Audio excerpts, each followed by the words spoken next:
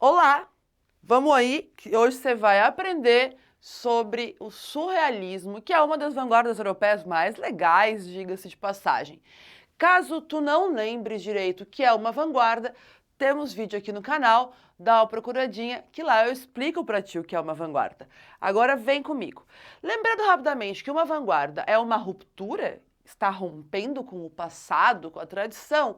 O surrealismo é uma vanguarda que rompe com a tradição da objetividade, que rompe com a tradição da realidade e do trabalho artístico e literário como algo sendo muito da racionalidade.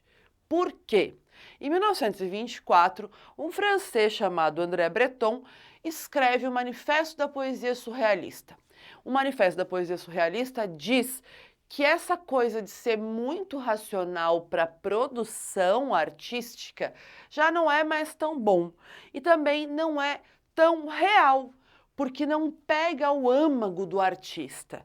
E aí ele vai propor que, a partir de uma ideia da loucura, do inconsciente, o artista possa se libertar das amarras do real, do concreto, para poder apelar para o seu inconsciente, para poder apelar para aquilo que ele sente, o que está escondido por trás dessa tentativa de materializar a arte. Então a gente vê, por exemplo, que essa ideia do inconsciente vai levar a gente para o sonho. Muitos dos artistas, principalmente os pintores, trabalham com a lógica de descrever seus sonhos. Então, até eles se utilizavam do sono para produzir, assim como também se utilizavam de algumas drogas ilegais e até legais à época para tentar sair da realidade e ir para outros planos e assim descrever, né, fazer a sua poesia a partir dessa imagem que se criou em outro plano, em outro mundo, em outra consciência. Então, o sonho, o sono e até o uso do vinho ou de outras drogas servia para ajudar essa galera a se libertar daquilo que seria objetivo e buscar o que é de verdade, o que está realmente dentro do ser humano para que isso possa aparecer na expressão artística. E aí a gente tem aqui a escrita automática, que era uma das propostas que ele tinha, que é uma coisa tipo assim, vou lá, começo a escrever sem pensar, escrevo, e aquilo sai uma poesia. Sem que eu ajustasse, sem que eu remendasse, só deixar fluxo livre de pensamento. Isso é bastante comum. Outra coisa que se fazia, como eu falei ali do sonho, era dormir e acordar repetidas vezes, escrevendo qualquer coisa e voltando a dormir.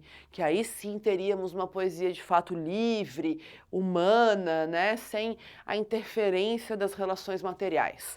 E aí, claro, esse pensamento livre, fluxo de ideias e o inconsciente vem daqui, ó, de uma grande influência da teoria da psicanálise e como Freud pensou nisso ou como Jung pensou nisso. Aqui no Brasil, por exemplo, a gente tem os escritores modernistas como Murilo Mendes, Jorge de Lima, Manuel Bandeira, que fizeram poesias surrealistas. Para além disso, a gente tem até romances que têm a influência do surrealismo, como é o caso de Macunaíma, do Mário de Andrade. Agora eu vou ler para ti um poema bem curtinho do Murilo Mendes, para tu poder identificar onde que está aí o surrealismo na poesia. Aproximação do terror. Dos braços do poeta pende a ópera do mundo, tempo, cirurgião do mundo. O abismo bate palmas, a noite aponta o revólver. Ouço a multidão, o coro do universo, o trote das estrelas, já nos subúrbios da caneta. As rosas perderam a fala, entrega-se a morte a domicílio, dos braços pende a ópera do mundo. Percebam ali quando ele fala, pende a ópera do mundo. Essa parte mostra muito que parece que tem um terror, algo que está caindo e que o mundo está caindo junto como se fosse uma ópera. Depois que a noite aponta o revólver, que é bastante surrealista no sentido de que não tem como uma noite fazer algo, né? Então passa pelo sonho. O coro do universo e o trote das estrelas, algo que é muito musical e que se mistura às imagens universais. Subúrbios da caneta. Tem nada mais surrealista do que pensar que a caneta tem subúrbios, que é coisa típica de cidade. Então, olhando aí para o poema, você percebeu que os surrealistas se deixam levar pelas ideias, fragmentam o seu texto e deixam uma livre expressão, sem ter um comprometimento com descrições da realidade e, às vezes, sem nem ter o comprometimento do cré com o lé na hora de criar os seus poemas. Certo? Até mais!